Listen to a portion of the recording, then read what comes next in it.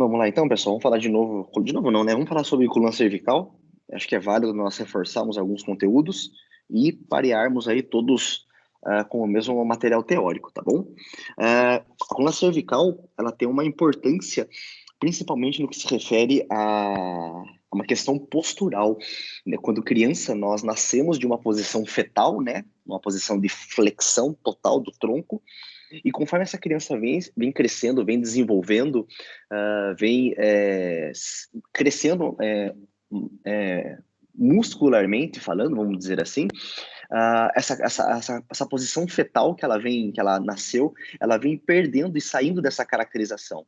Então ele sai de uma posição de flexo, né, conforme a criança aprende a sentar, a adquirir uma postura, e, consequentemente, torna-se uma posição ereta, e, consequentemente, ele fica totalmente em pé, né? Conforme o desenvolvimento que essa criança tem. O que a gente percebe é que no início da posição fetal, a coluna vertebral ela não tem nenhuma curvatura. Ela é literalmente em forma de C. Mas, conforme essa criança começa a adquirir a posição sentada e começa a fazer a extensão para visar o alinhamento, começa-se então o início das curvaturas que nós chamamos de primárias. Então, as curvaturas primárias é a coluna torácica, porque ela já vem, né, de uma formação em flexão, lá da questão fetal, né? E o sacro também é uma curvatura sacral primária. A partir do momento que um dia a criança começa a posição bípede, começa a promover a extensão de cervical, né? Sai da posição de flexo fetal e adquire a posição de bipedalização, formam-se então as curvaturas secundárias, que é a cervical e a lombar, tá certo? Então é normal que quando criança nós temos uma coluna totalmente em flexo, numa curvatura primária, e após então a controle da cervical, posição bípede, formam-se então as curvaturas secundárias, que é a cervical e a torácica, tá certo?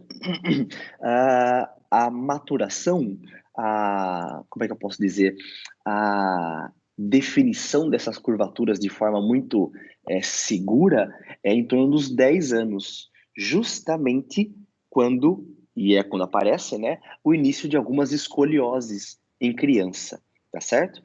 Só lembre que essa curvatura é uma lordose cervical, tá bom? E uma lordose lombar, tá bom? Eu não estou falando numa curvatura num plano lateral que caracteriza a escoliose, perfeito? Não confunda as coisas. Assim como a partir então dos 10 anos é que essas curvaturas elas se tornam fisiológicas em um adulto, tá bom? Então é normal que algumas crianças, normal não, né? Algumas crianças podem apresentar escolioses a partir dos 10 anos. Eu nunca vi uma criança de 2 anos, 4 anos com uma escoliose, que é aquela curvatura lateral, né, da coluna, com uma idade muito nova. Então, normalmente, a escoliose juvenil é a partir de 10, 12, 15, 13 anos, tá certo? Mas as curvaturas que são fisiológicas, normais, essas consistem, então, na lordose cervical, na cifose torácica, na lordose lombar e na cifose sacral, que é os fisiológicos, tá certo? Anatomicamente, a coluna cervical ela tem 7 vértebras, né? Diferente do que vocês já viram de torácica, de lombar, de torácica, de lombar e de quadril, né? Obviamente, em relação aos ossos, a cervical tem 7 vértebras. Então, que a primeira nós chamamos de C1 ou o Atlas, popularmente, né? De uma forma mais anatômica. A C2 nós chamamos de axis, e eles vão entender o porquê desse nome axis, e as demais vértebras, 3, 4, 5, 6 e 7, nós caracterizamos com o formato de C, de C3, C4, C5, C6 e C7, né? Somente as duas primeiras têm um nome específico. A coluna cervical ela tem uma importância com a comunicação com o crânio, então, a partir da vértebra atlas, ela se comunica com o crânio superiormente, tá certo?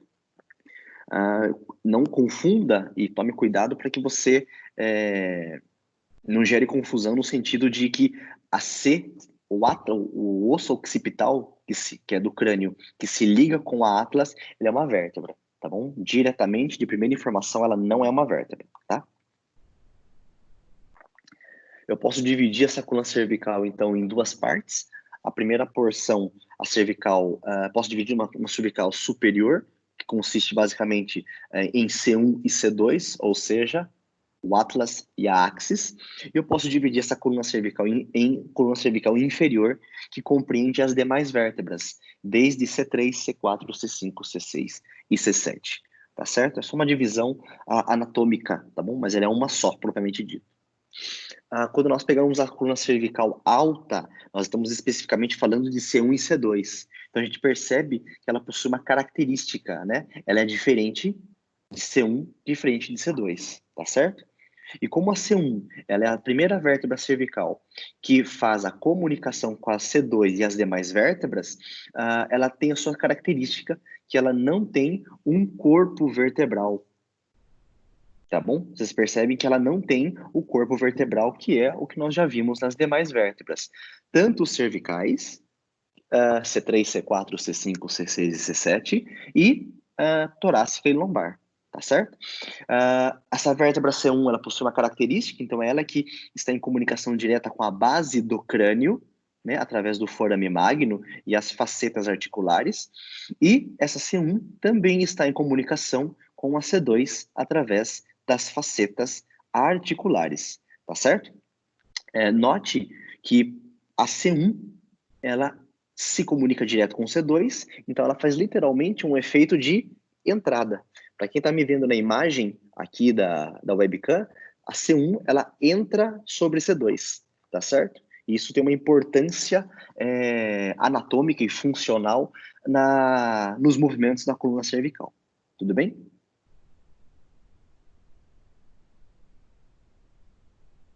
C1 não tem o corpo vertebral, como as demais vértebras, né? Nós vamos ver isso daí. Ela não possui processo espinhoso. Então, na aula prática, quando nós tivemos para o pessoal do segundo e terceiro, e aí nós vamos ter isso novamente para o pessoal do primeiro, nós vamos ver que nós não conseguimos palpar a espinhosa de C1, tá certo? Você palpa a espinhosa de C2, C3, C4, C5, C6 e C7, assim como na torácica e lombar. Mas na C1 você não palpa, tá bom? Porque ela não existe. E como eu falei, ela é uma vértebra de transição, porque ela tem a sua importância tanto para a base do crânio, como para as demais vértebras cervicais. Alguma dúvida, pessoal?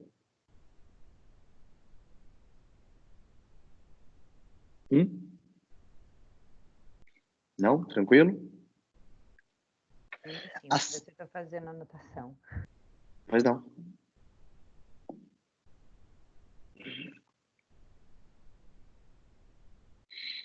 Alguma dúvida referentes ao conteúdo por enquanto dado?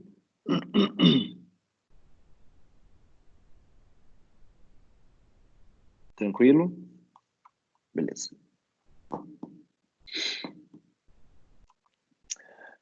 A C2, em partes, ela é uma vértebra que tem uma característica, né? Superiormente, ela tem um dente do áxis, ou processo odontoide, independente, né? Os dois são a mesma coisa. Esse dente do áxis, como eu falei, ela entra no meio da C1 e nós vamos ver a importância dela nos movimentos de rotação dessa coluna cervical, tá certo? Ela tem corpo da vértebra, porém, o corpo da vértebra ele é visualizado inferiormente. Inferiormente, tá certo? Você não vê o corpo da vértebra superiormente na região de C2. Você só vê ele inferiormente o corpo da vértebra, tá bom? E as demais características, ela é presente. Então, processo transverso, né? Processo espinhoso e a faceta articular superior e a faceta articular inferior, tá bom? Como eu disse para vocês, essas duas vértebras, tanto a C1 como a C2, ela é extremamente importante, porque a orientação da faceta articular da coluna cervical, ela é num plano transversal. Então, uma vértebra se comunica com a outra neste sentido. Nós vimos que na torácica, o plano, a faceta articular, ela está num plano coronal, tá certo? E na lombar, ela está num plano sagital, perfeito? Na cervical, ela está num plano transversa. Então, os movimentos acontecem predominantemente nessa direção, tá certo? Lembrando, importante, como eu disse, a C1 com a C2 tem uma importância nos movimentos rotacionais, tá bom? Eu poderia dizer que quase metade dos movimentos de rotação da coluna cervical acontecem com C1 sobre C2, por esse movimento da C1 com a C2, tá certo? A C2 ela se chama axis por causa do seu processo, né, pelo seu dente do axis estar numa direção axial. Então, os movimentos acontecem predominantemente de rotação.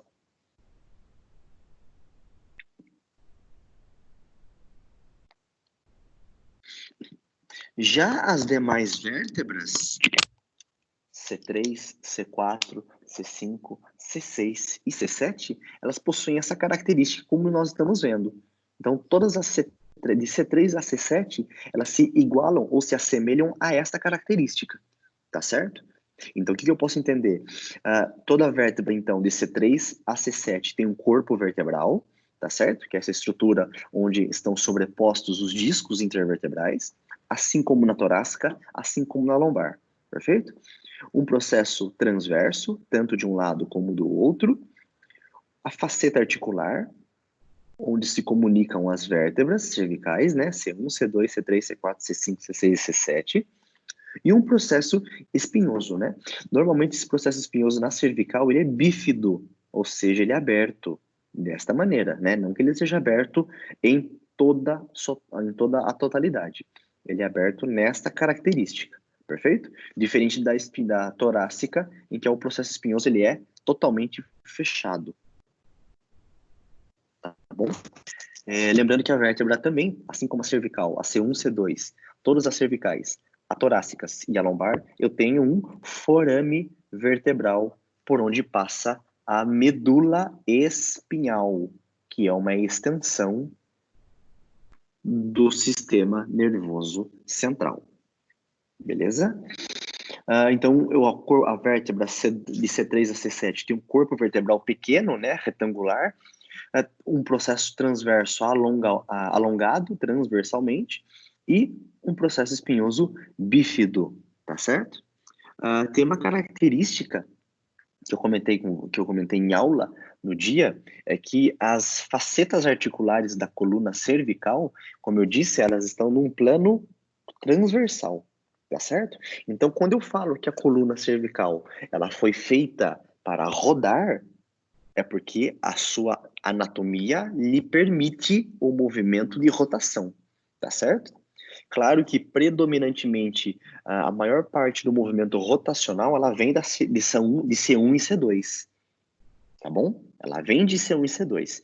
E as demais amplitudes que complementam essa rotação, ela vem das demais vértebras, C3, C4, C5, C6 e C7. Tá certo, pessoal? Tudo bem? Por isso, quando eu olho a C3 até a C7, vamos pôr assim, eu tenho então uma faceta articular ou processo articular superior voltado para cima e para trás. Então elas estão nesta direção, num plano coronal, num plano transverso. E a faceta inferior, ela se encontra o quê? Voltada para baixo e para frente, tá certo? Então, se você pegar C1, C2, C3, C4, C5, C6 e C7, nós vamos observar que as facetas estão nesta direção, permitindo os movimentos de rotação, tá certo? Os componentes, né, arco vertebral, pedículo e lâmina, são regiões dessa vértebra. Então, toda lâmina é esta região que fica entre o processo espinhoso e o processo transverso. Então, eu tenho esta lâmina, tá certo? O pedículo é a a região entre o processo transverso e o corpo da vértebra. É esta região, tá certo?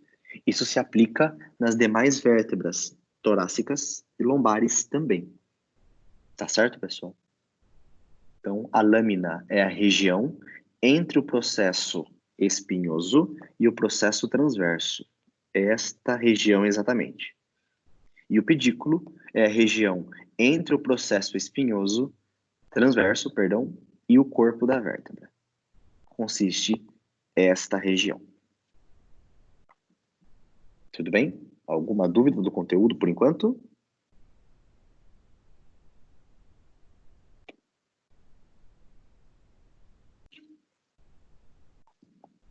Dúvidas? Se tiver, me posiciona aí, por favor. Não? Beleza. Como eu disse, então, a vértebra, a cervical, ela tem, então, um forame vertebral grande, né, por onde passa essa medula espinhal, como eu disse. Por ser grande, nós vamos ver a relação com o sistema nervoso central pelos nervos espinhais desta região. E nós temos, então, no processo transverso, um forame vertebral, tá certo? Ou seja, na coluna cervical, de maneira muito específica, o processo transverso tem este forame. E a presença desse forame transverso caracteriza, então, a passagem de uma artéria extremamente importante, tá certo? Nós vamos ver quem é ela. Pessoal, esse forame transverso, ele está presente em todas as cervicais e não somente em C3 e C6. Eu tenho forame no processo transverso na C1, na C2, na C3, na C4, na C5, na C6 e na C7. Tá certo? Então, isso é uma característica específica regional da coluna cervical.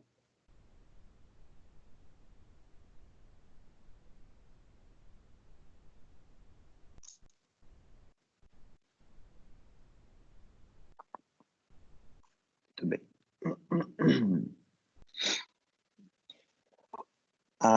Quem passa, então, neste forame vertebral é uma artéria chamada de artéria vertebral.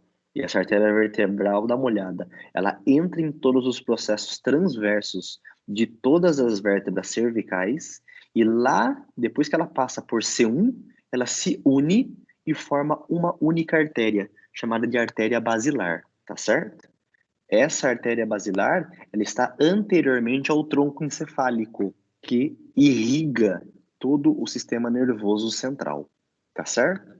Então, olha a importância de uma artéria numa região cervical e olha só a relação dessa artéria cervical para onde ela vem. Ela se une, ou melhor, essa artéria vertebral ela se origina a partir da artéria subclávia, que se liga justamente na artéria aorta que vem para o coração.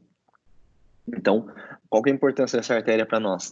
Essa artéria vertebral, ela tem que ser muito bem, eu não vou dizer medo, mas o profissional ele tem que ter muita consciência e responsabilidade, porque algumas vezes você não pode aplicar alguma técnica manipulativa, né? O famoso estralar o pescoço, de forma terapêutica. Não como eu e você vira o pescoço e estrala, tá certo?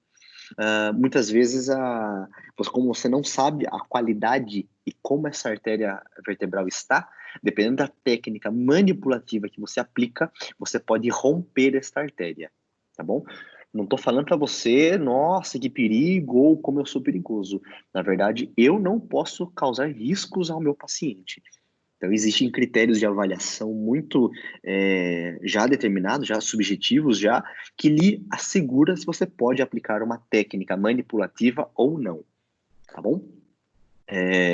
Então, por isso que não pode sair estralando o pescoço de todo mundo, achando que está tratando somente por estralar o pescoço, tá bom? Então, tem indicação, tem contraindicação de aplicar uma técnica manipulativa. Alguma dúvida, pessoal?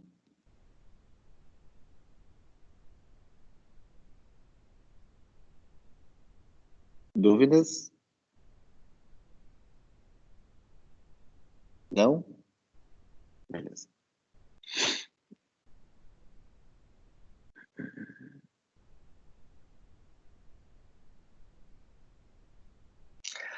A C7, em particular, ela é uma vértebra de transição, né? A gente fala que é uma vértebra atípica. Por que atípica?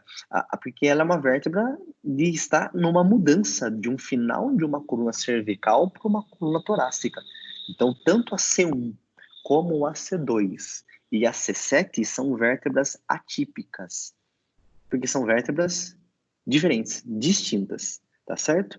A C1 é diferente de C2, obviamente que C2 é diferente de C1, e C1 e C2 são diferentes de C7, tá certo? C3, C4, C5, C6 são iguais, basicamente. Mas a C7, ela é diferente porque ela é uma vértebra de transição, ou seja, metade da vértebra, eu diria que a metade superior dessa vértebra, ela tem uma característica cervical, e a metade inferior dessa vértebra é uma característica de vértebra torácica. Então, por isso que eu falo que ela é uma vértebra de transição. E uma característica que é palpável nessa vértebra de transição é o processo espinhoso de C7, que ele é mais proeminente. Então, na prática, para quem viu, se estiver, o pessoal do primeiro teve a oportunidade de fazer essa prática, né, essa vivência em relação à palpação da torácica, a C7 ela é semelhante à T1.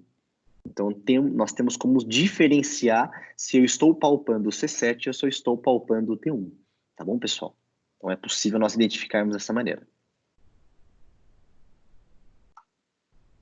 O sistema ligamentar não é novidade para vocês, né? Nós vimos isso em coluna torácica, vimos isso em coluna lombar, então não muda na coluna cervical. Os mesmos ligamentos que estão presentes na coluna, na coluna torácica e lombar, eu também encontro na coluna cervical, menos o ligamento nucal. O ligamento nucal é um ligamento exclusivo da coluna cervical, pessoal. E não um ligamento exclusivo da coluna cervical. Na coluna torácica, eu só tenho um ligamento exclusivo, que é o ligamento costovertebral e transverso, costo-transversal. São ligamentos que somente a coluna torácica tem, tá certo? Já então, os demais ligamentos, nós já vimos e sabemos que eles estão presentes. Então, o slide, como eu sempre falo, é o mesmo ligamento longitudinal anterior, que ele está anteriormente aos corpos vertebrais. O slide que eu pulei é só a descrição, tá certo?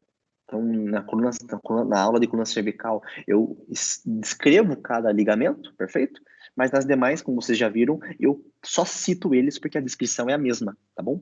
Então, vou voltar novamente aqui. Ligamento longitudinal anterior, ele está anterior aos corpos vertebrais, bem aderido tanto ao corpo da vértebra como ao disco. Ligamento longitudinal posterior, como eu já falei, apresentando pequenas falhas anatômicas na aderência desse corpo vertebral, mas está aderido aos discos, tá certo? Ligamento amarelo, fechando então esse arco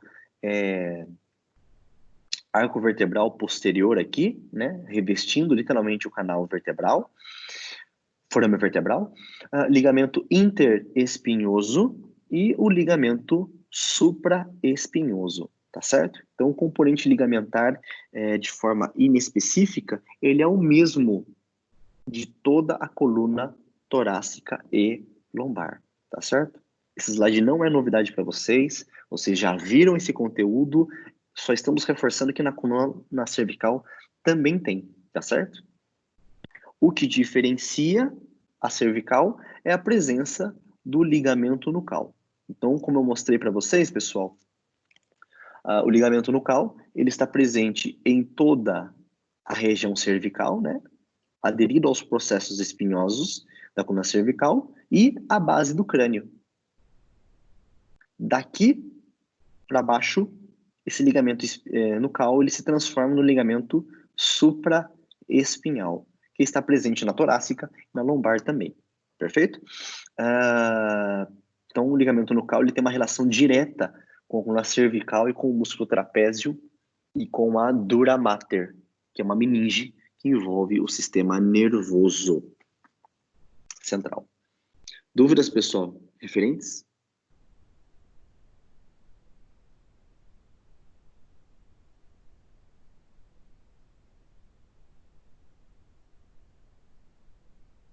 Dúvidas?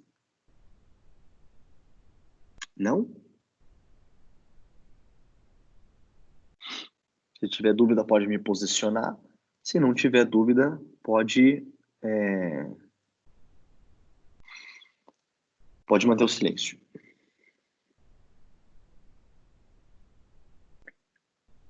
Alguma dúvida?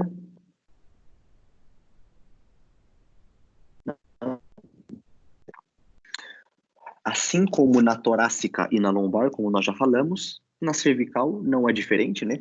O disco tem a mesma função, a mesma anatomia, sem nenhuma novidade, tá certo? Então, o núcleo, ele é formado, então, pelo núcleo pulposo, propriamente dito, né? Composto por água e todas as suas características teciduais, né? Fibrocartilagem, enfim. Então, isso não muda, tá certo, pessoal? É o mesmo slide, sem nenhuma novidade referente a esse conteúdo dos discos, tá certo? Assim como perifericamente, nós temos um ânulo fibroso periférico, tá certo? E que a função, a característica é a mesma, tá certo? Ela não muda a disposição das fibras de forma alternada em camadas, tá certo? Então, sem novidade também em relação a este conteúdo, porque vocês já viram como funciona, como está presente na coluna tanto lombar como torácica, e agora, como estou falando novamente, na coluna cervical. Tá bom? Tranquilo? Só reforçando, né? Com essa primeira aula de cervical, ela é uma aula um pouquinho mais pesada, porque são informações novas. Isso aqui vocês não viram em torácica e lombar.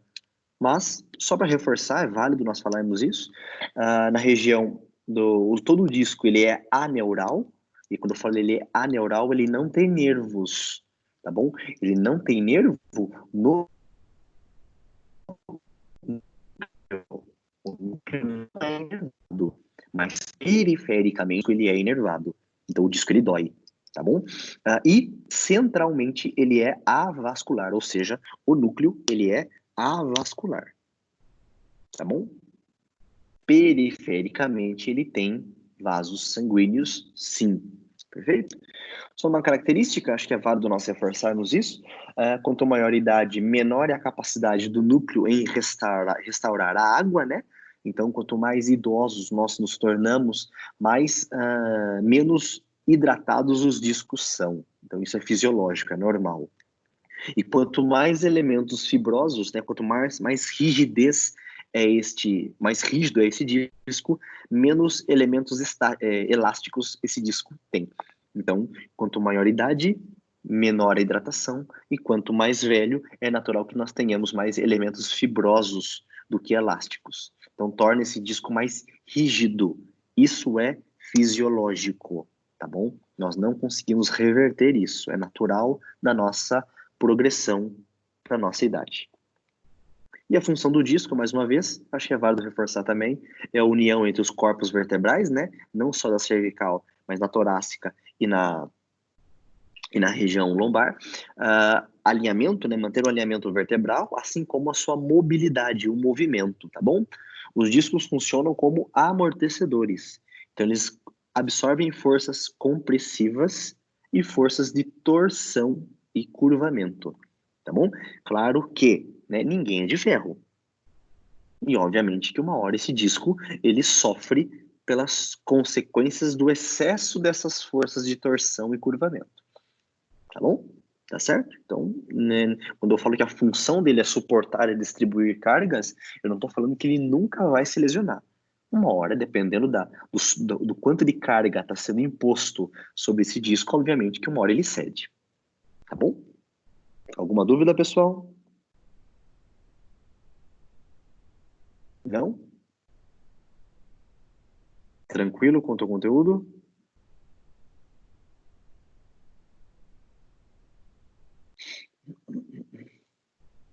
A biomecânica dos discos é a mesma, não muda, sem nenhuma novidade para vocês. Vocês já viram isso e conhecem. A coluna do disco, durante a flexão, o núcleo do disco ele é migrado posteriormente, né, aumentando a pressão na região posterior, sem nenhuma novidade, e durante a extensão, o núcleo ele é comprimido anteriormente. Então, ele aumenta a tensão sobre as camadas anteriores desse disco. Sem novidade, vocês já viram isso em torácica, vocês já viram isso em lombar, tá certo? Na região cervical, nós temos uma grande rama, uma grande rede, eu diria, de nervos que inervam predominantemente os braços, os membros superiores, e ela sai da região cervical, né? O professor Cadu, popularmente chamado de Pardalzinho, ele comentou com vocês sobre os nervos, com certeza, e sobre os músculos dos braços, tá bom? Como nossa disciplina, ela parte de ciências morfofuncionais, coluna vertebral e membro inferior, como eu falo de coluna cervical, eu tenho que falar obrigatoriamente do plexo braquial, tá bom? Não se assuste, a imagem ela está invertida, tá certo? Então, por isso que você vê desta maneira a escrita, tá certo? Mas a anatomia, basicamente, ela é a mesma, perfeito? Nós vamos falar um pouquinho do plexo braquial. O plexo braquial, ele sai da região de C5 até a T1. Então, as raízes de C5, C6 e C7 e T1 dão origem ao plexo braquial, perfeito? Nós temos aí alguns nervos, e aí eu vou citá-los juntamente com os seus músculos de ação. Mais uma vez, isso aqui é membro superior, mas como o nosso conteúdo trata-se de coluna, e agora a coluna cervical novamente, eu sou obrigado a citá-los. Então, para quem já viu isso, ou o Cadu passou esse conteúdo, você tem a oportunidade de reforçar esse material, tá bom?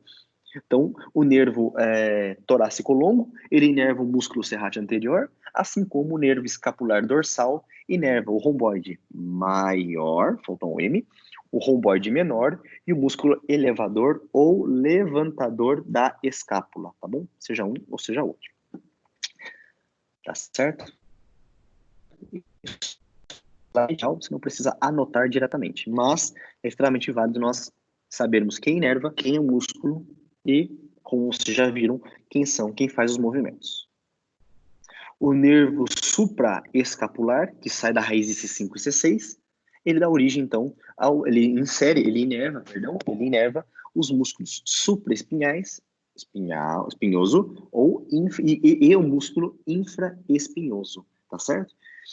Esses dois músculos são importantes nos movimentos do ombro, você já deve ter vistos, com certeza, porém o nervo que inerva esses dois músculos é a região da cervical, de C5 e C6, tá bom?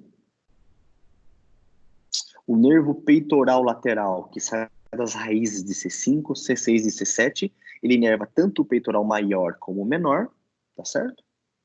E o nervo peitoral medial, que sai de C8 e T1, também inerva o peitoral maior e menor. Pô, Léo, são nervos diferentes que inervam os mesmos grupos musculares? Sim. Predominantemente, o peitoral lateral, ele inerva o peitoral maior. E algumas fibras nervosas inervam o peitoral menor. Já o peitoral medial, predominantemente inerva o peitoral menor e algumas fibras musculares do peitoral maior. Tá certo? Então, por isso que eu coloco e repito os mesmos músculos para nervos diferentes. Dúvidas, pessoal? Não? Tranquilo?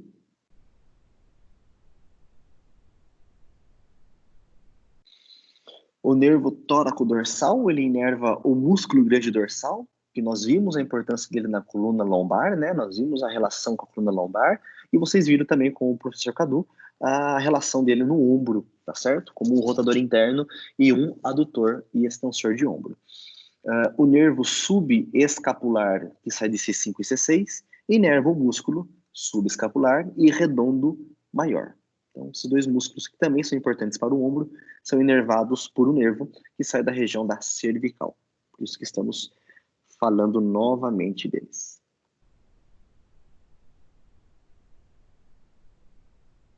E aí o plexo, né, só uma forma mais de localização, né, nós encontramos então o fascículo lateral, que dará origem ao nervo mediano e ao nervo músculo cutâneo. perfeito?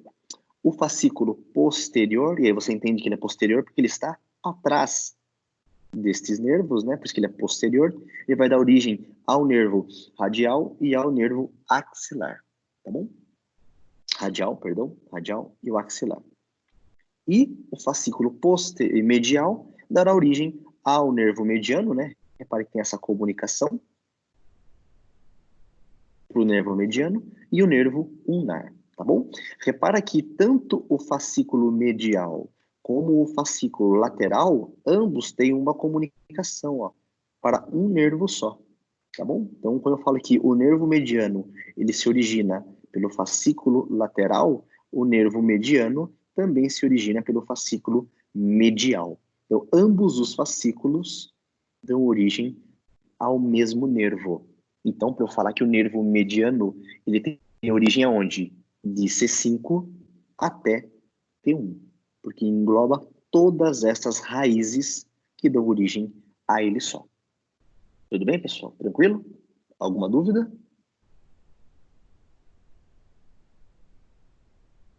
Não? Qualquer dúvida, me posicione aqui por áudio, que eu volto a explicar. Tranquilo? Beleza. Aqui é só um breve resumo das referências nervosas e seus músculos, tá bom? Então, nós temos aí o nervo músculo cutâneo, que dá origem ao músculo bíceps braquial, o nervo mediano, que dá origem, que inerva os músculos, opa, aqui é músculo, tá bom? Os músculos flexores do punho, dedos e o pronador, o nervo ulnar, que dá inervação dos músculos intrínsecos da mão e flexores do punho também. Os nervos, o nervo radial vai inervar todos os músculos extensores do punho. Viu isso com o Cadu, que não é um músculo extensor, né? Eu tenho extensor do dedo indicador, extensor comum dos dedos, extensor do quinto dedo e assim por diante. E o músculo supinador também.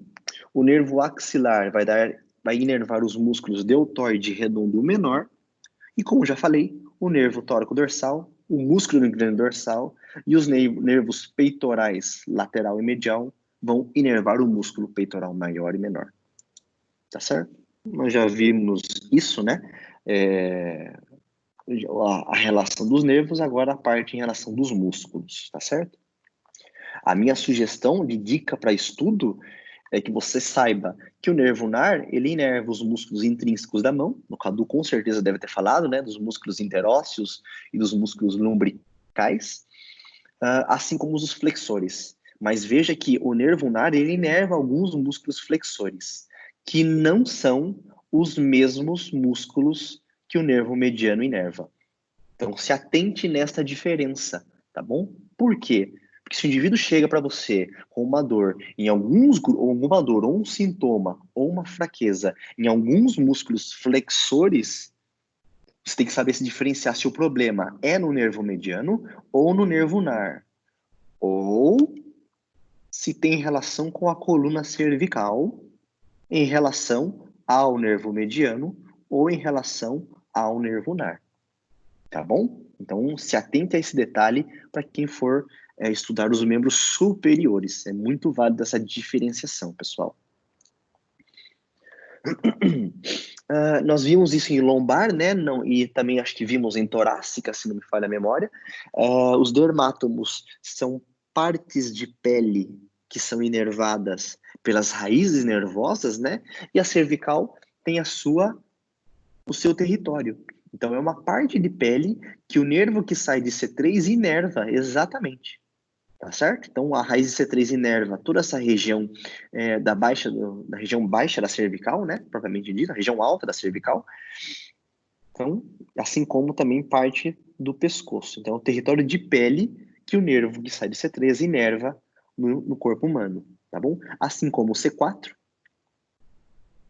C5, C6, C7 e C8, tá certo? Então, são territórios de pele que são inervados pelos nervos espinhais, perfeito? Para você nunca esquecer, Não se preocupe em todo esse limite, né? Até essa região mais distal. Grava o seguinte, o dermátomo de C7 é o dedo médio, é o dedo mal criado, tá certo? E a de C8 é a região do teu dedo mínimo, perfeito? Dúvidas, pessoal, em relação aos dermátomos?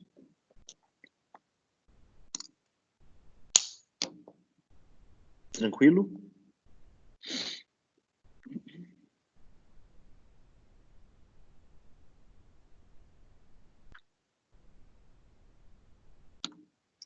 O músculo trapézio. O músculo trapézio, ele é um músculo, né, importante aí na coluna cervical. Eu sempre brinco, né, na minha prática clínica e nas minhas aulas da pós-graduação, que eu falo que o trapézio ele é um termômetro do ombro. Então, toda alteração no ombro, consequentemente, tem um trapézio que está mais alterado, seja em fraqueza, seja em contratura, enfim. Então, ele sempre se altera, né, vamos por assim, está mais tenso, de uma forma geral. O trapézio ele tem uma relação direta com a coluna cervical, nós já vimos essa questão, né? Assim como na região torácica, porque alguns pontos de origem desse trapézio fibras médias estão na região torácica, tá bom? Então, por isso que eu bato na tecla do trapézio, a sua importância como uma cervical. Por favor, repete, por favor, que eu perdi aqui a conexão por alguns segundos. Perdi a Ok. explicação. O trapézio, ele é importante na cervical, tá certo? E a sua importância se dá não só pela cervical, né? Porque eu falo que ele sempre é um termômetro do ombro. Então, toda alteração no ombro, normalmente um trapézio ele está ou mais fadigado, ou mais cansado, né? Ou ele está contraturado, mais tenso, enfim. Então, o trapézio sempre ele é uma chave para nós na reabilitação do ombro, tá certo? E o trapézio, como eu disse, ele tem a sua relação mas também tem importância na relação na região torácica, porque alguns pontos de origem deste trapézio, fibras médias, está na região torácica, tá bom? Dúvidas, pessoal?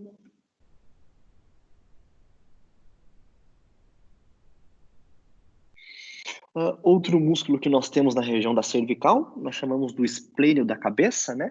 Ele é um músculo, teoricamente, intermediário, ele não é tão profundo, mas também não é tão superficial.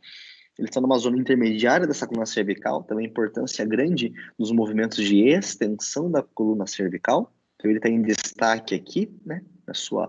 Em uma cor mais amarelada, alaranjada. Vocês viram que ele tem uma origem, uma inserção importante, né? Na relação cervical.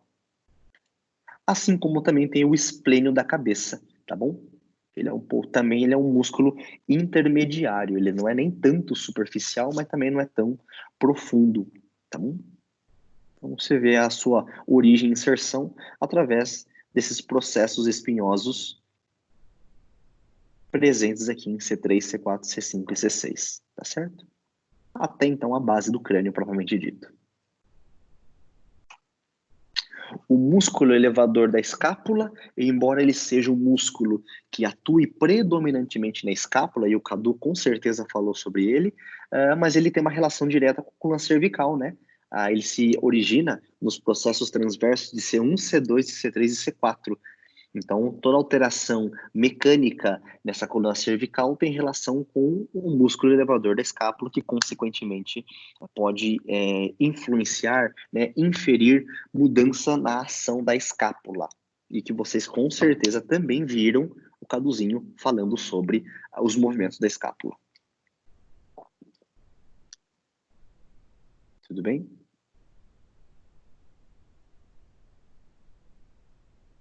Os músculos semi-espinhais.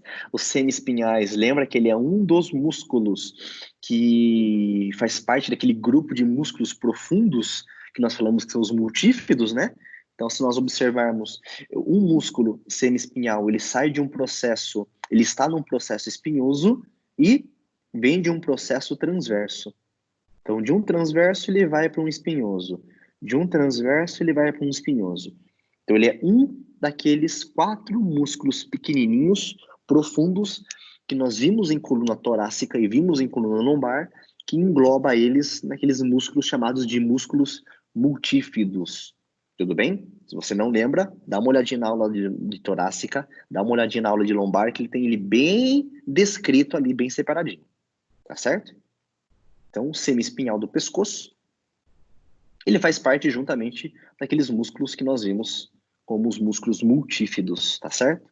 Que são aquele agrupamento de músculos profundos, extremamente importantes, que fazem a sustentação da coluna vertebral, tanto na cervical, como está sendo mostrado, como na coluna torácica e como na coluna lombar. Tudo bem? Dúvidas, pessoal?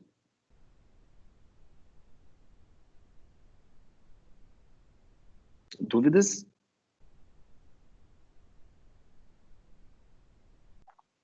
Tranquilo?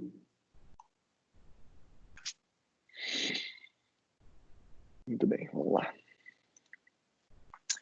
Tem um grupo de músculos que eu vejo eles como extremamente importantes na coluna cervical. Você palpa eles indiretamente na coluna cervical.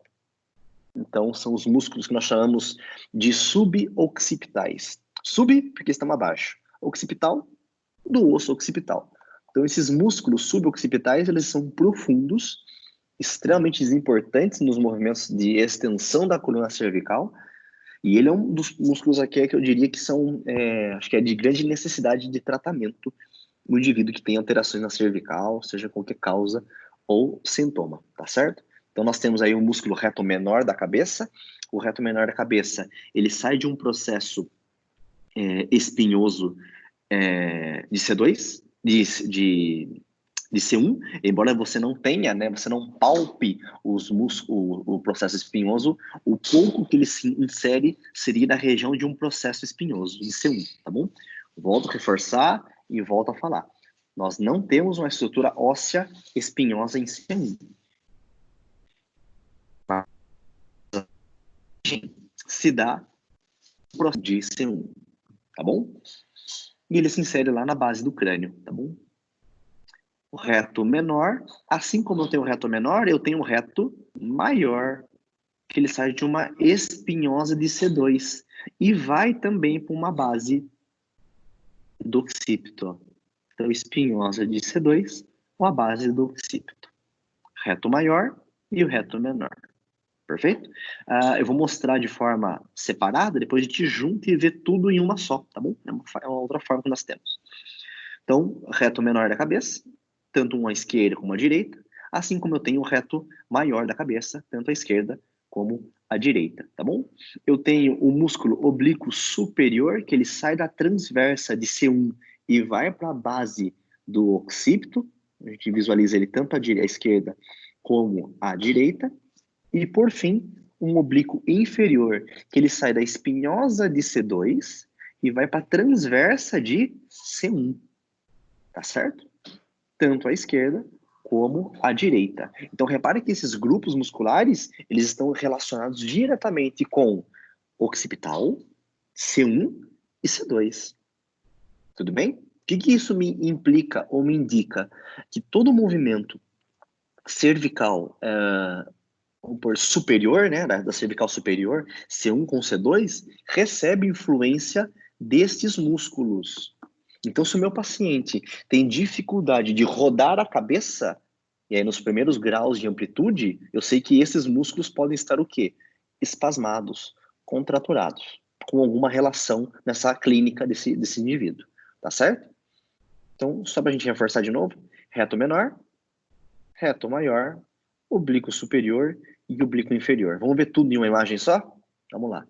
Reto menor da cabeça, reto maior da cabeça, oblíquo superior da cabeça e oblíquo inferior da cabeça. Mais uma vez, reto menor da cabeça, reto maior da cabeça, músculo oblíquo superior e músculo oblíquo inferior. Mais uma vez, para não perder a conta, reto menor da cabeça, reto maior, oblíquo superior e oblíquo inferior. E para você que não viu, o reto menor da cabeça, reto maior da cabeça, oblíquo superior e oblíquo inferior, tá certo? Esses são músculos são músculos profundos da região cervical, né? Os suboccipitais. E aí vamos deixar claro mais uma vez, né? Vale acho que reforçar isso, não existe o músculo suboccipital. O músculo suboccipital é um conjunto de músculos. E aí o conjunto é formado individualmente por estes músculos, tá bom? Tranquilo? Dúvidas, pessoal? Não? Anteriormente, nós temos alguns grupos musculares, né, que consistem de forma superficial, que é o platisma, né, ele é o mais superficial, esse platisma. Ele reveste basicamente todo o nosso pescoço anteriormente, tanto à direita como à esquerda, tá certo? E aí ele é bem tranquilo de ser palpável e identificável, né? Quando eu retiro o platisma de cima, da onde ele se encontra, eu encontro o esternocleidomastoideo, com esse pequeno nome, e aí a gente acha que, nossa, que músculo difícil. Pelo contrário, ele é muito fácil de ser visualizado e também o nome dele implica da onde ele está. Então, o músculo esternocleido, externo porque vem do osso external, e cleido porque ele tem algumas fibras que estão na clavícula. Então, o esternocleido e o mastoide porque ele está lá no processo mastoide do crânio, que é um acidente anatômico. Tá certo? Então, ele é um músculo extremamente importante. É o músculo do torcicolo, normalmente, né? É o músculo do chupão, popularmente conhecido também.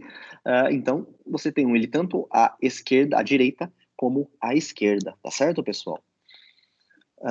Só para você pensar um pouco mais, o esternocleido, ele tem a relação com a articulação externo-clavicular. Perfeito? Então, ele tem influência diretamente sobre a clavícula.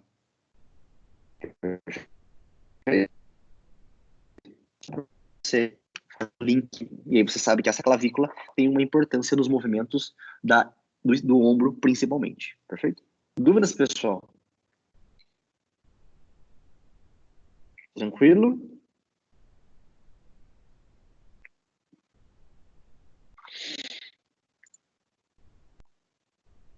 Dúvidas?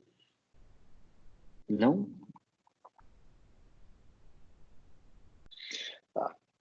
Vou pegar aqui.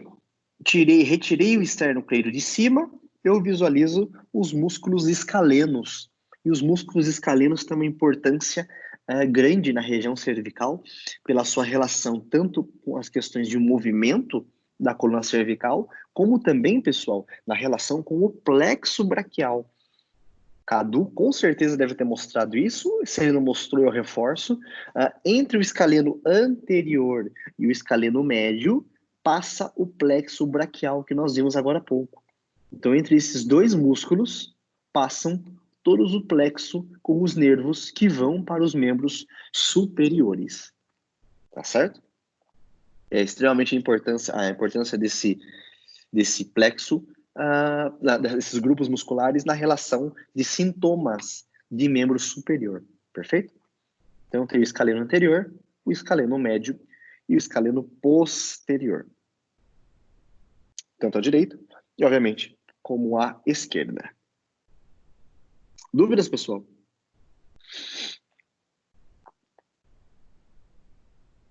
Dúvidas? Pode falar.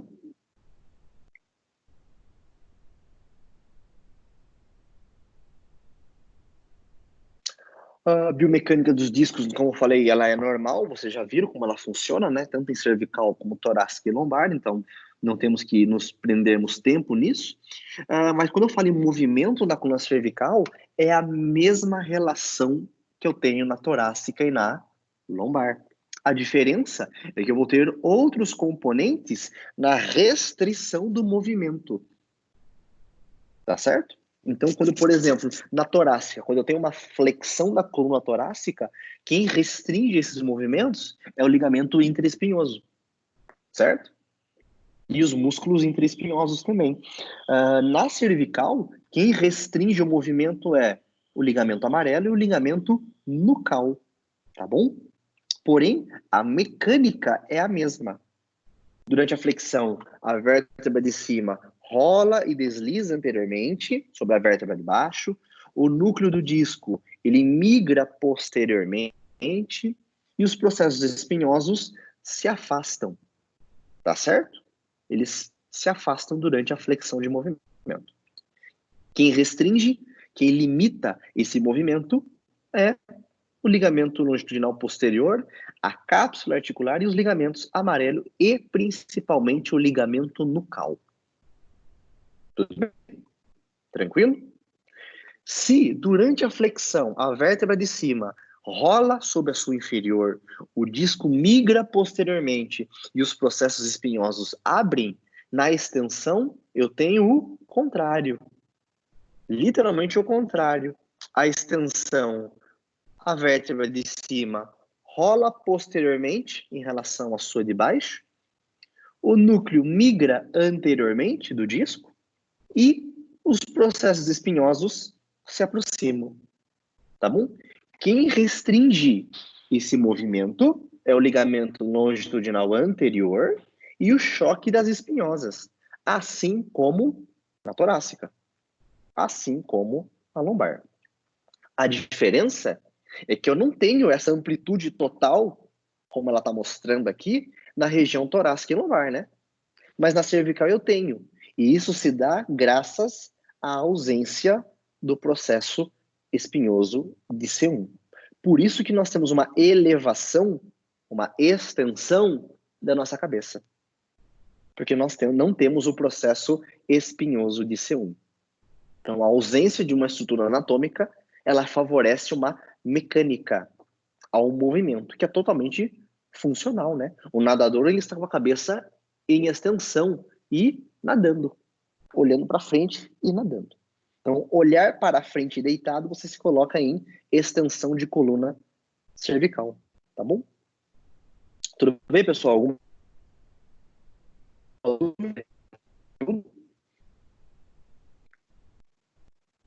Sim ou não? Sim ou não? Alguém responde, por favor?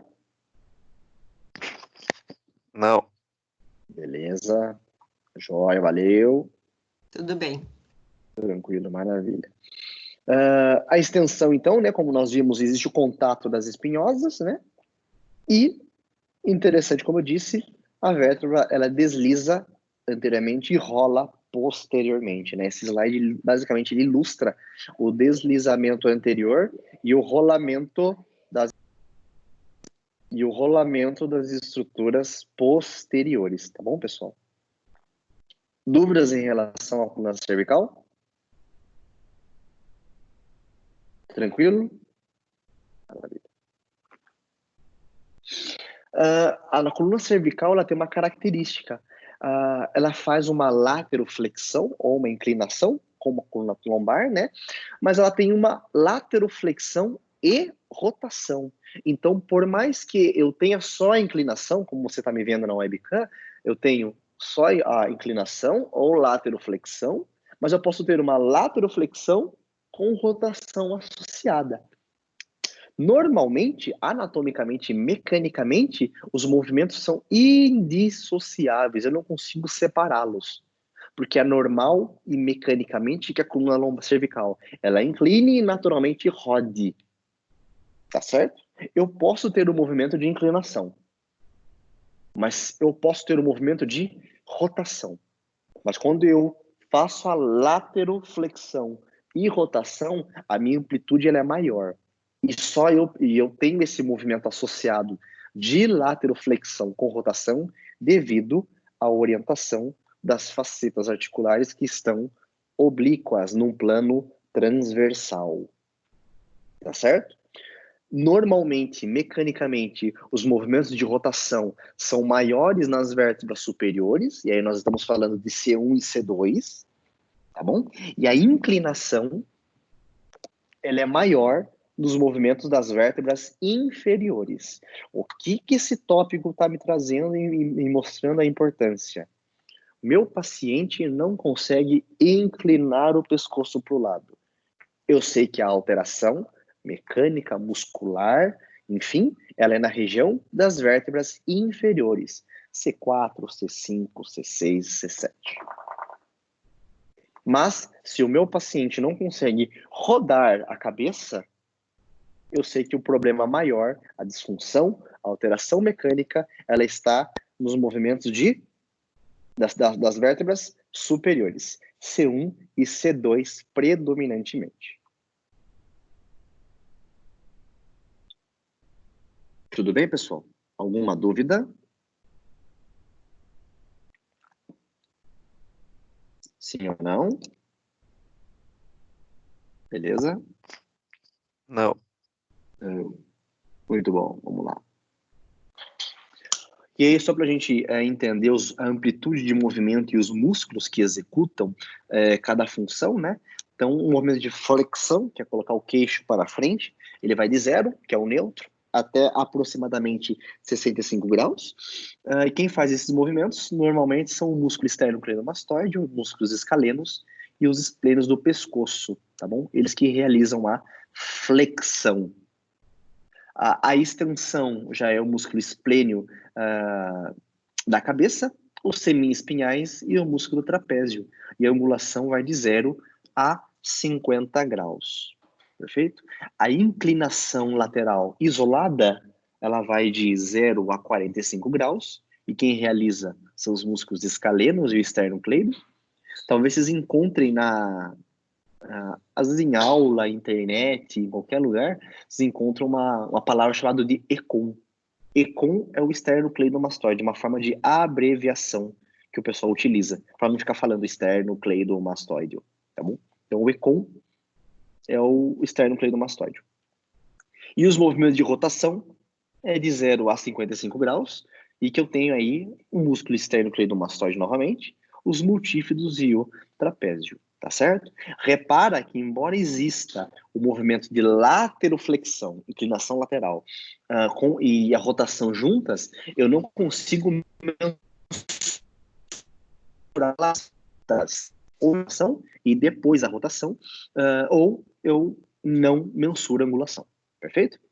Repara que dos 4 movimentos que nós temos na coluna cervical, 3 têm os músculos, tanto o esternocleido, e dos 4 movimentos, os escalenos estão presentes em 2. Então ele é um músculo extremamente importante, como eu disse para vocês. Tá bom? Dúvidas, pessoal? Maravilha. Professor, Prevalece. Oi. O que aconteceu aqui? Acabou minha energia. Eu consegui voltar agora só. Eu parei, né, no slide 42, o Osteocinemática. Isso. Nossa, fiquei até nervosa agora. Não, faz o seguinte, não tem problema. A aula tá gravada, eu vou disponibilizar o link e depois você assiste de novo. Pode ficar tranquila, tá bom? Bom, então, professor. Não se preocupa com isso, fica tranquila, tá bom? Tá joia, então. Imagina. Então, os graus de movimento são estes, né? Os de ADM, de ação muscular, pode ficar, então, em relação a dos movimentos com as angulações e os músculos que promovem, né, esses movimentos. E como eu disse para vocês, dá uma olhada em relação à amplitude, tá bom?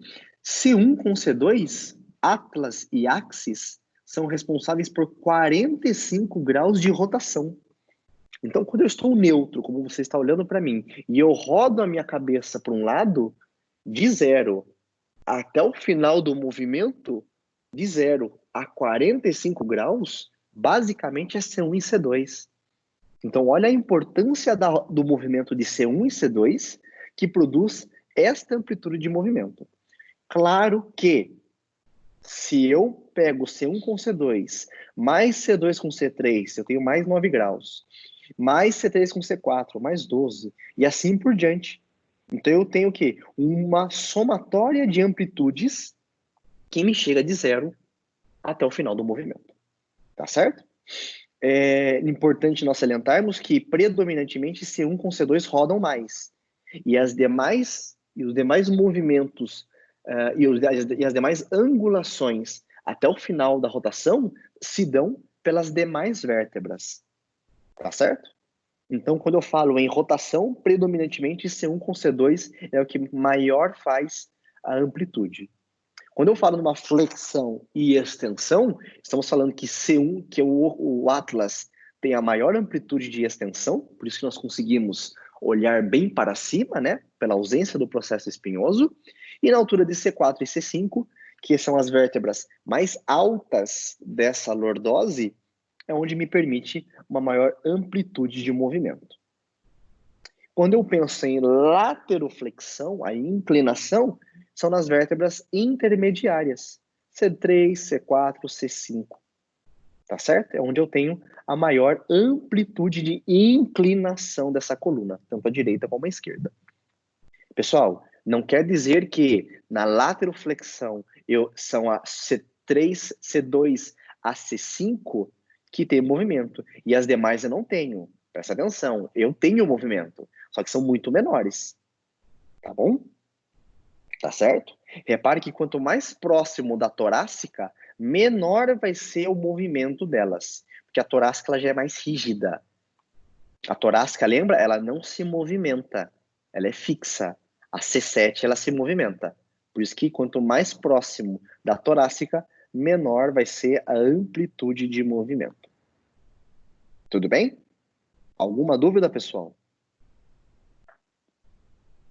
Alguém não entendeu algo?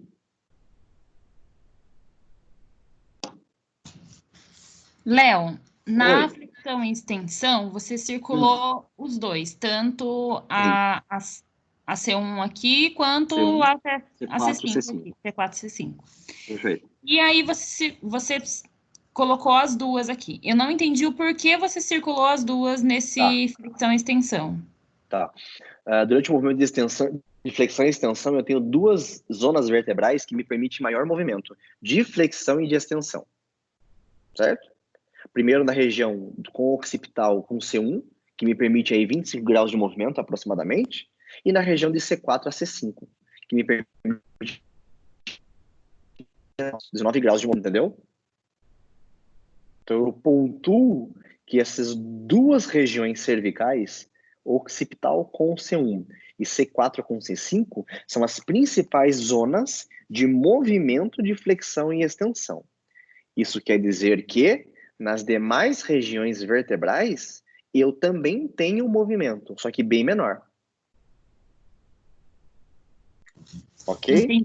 Entendi. A C5 com a C6 também, mas tem, tipo, 2 graus a menos, no caso, A menos, né? exato. Não que eu vá ficar medindo, né? Eu vou mensurar a amplitude de C2 com C3. Não. Mas mecanicamente é uma forma didática de nós mostrarmos que região flexão e extensão, quem tem relação? Occipital, cervical alta, C1, e uma cervical intermediária. E as demais vértebras cervicais? Também promovem flexão e extensão, só que numa amplitude menor. Entendi. Se eu tenho um paciente que ele está com essa dificuldade, eu consigo avaliar melhor sabendo qual a angulação de cada vértebra, no caso. Perfeito, exato. Não que eu vá medir a angulação ou o grau de movimento de cada uma, mas se eu sei que o indivíduo ele tem dificuldade de fazer a flexão ou de extensão, onde que predominantemente eu vou mexer ou avaliar? Cervical alta, C1 e occipital, e região intermediária, C4 com C5. Nada me impede de eu avaliar as demais vértebras, mas mecanicamente é o que me dá a maior chance. Vou dar um exemplo péssimo e aí vocês vão entender, e às vezes meus exemplos péssimos esclarecem, né? Se eu estou dirigindo um carro e eu sinto que o pneu da frente ele está pulando à direita, qual pneu? Eu sei que furou o pneu. Qual? O da direita, porque ele está caindo para a direita. Da mesma forma nos movimentos. Se eu sei que meu paciente tem limitação na flexão e extensão, quais são as principais regiões que eu tenho que avaliar? Cervical alta e cervical intermediária, porque são as zonas que me permitem mais movimentos. Isso não quer dizer que exclusivamente a causa está ali, mas tem uma principal importância na amplitude de movimento. Ok? Beleza, entendi, obrigado. Da mesma forma, o exemplo aqui é na rotação. Meu paciente, ele chega e fala assim, Leonardo, eu não consigo rodar a minha cabeça. Não consegue rodar? Não. Vai até onde? Olha, eu tô olhando para você, mas quando eu começo a rodar, ó, eu não consigo passar aqui, cara. Tá travado aqui, ó, não vai mais. Então eu sei que não chega nem a 45 graus.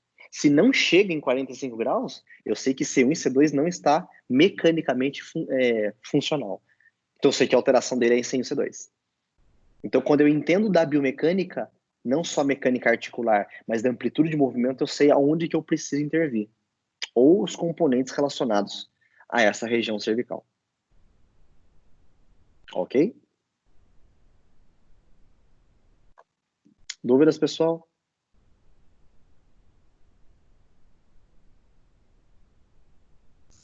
Tranquilo. Tranquilo? Muito bem. Pessoal, são 15 para as 10. Nós vamos fazer o seguinte. Vocês conseguiram acessar o link aí? Vocês conseguiram acessar? Vocês conseguiram? Vamos tentar acessar o link lá da atividade nossa? Ô, Léo, eu consegui, já enviei, tá? Show, obrigado. Obrigada eu. Imagina.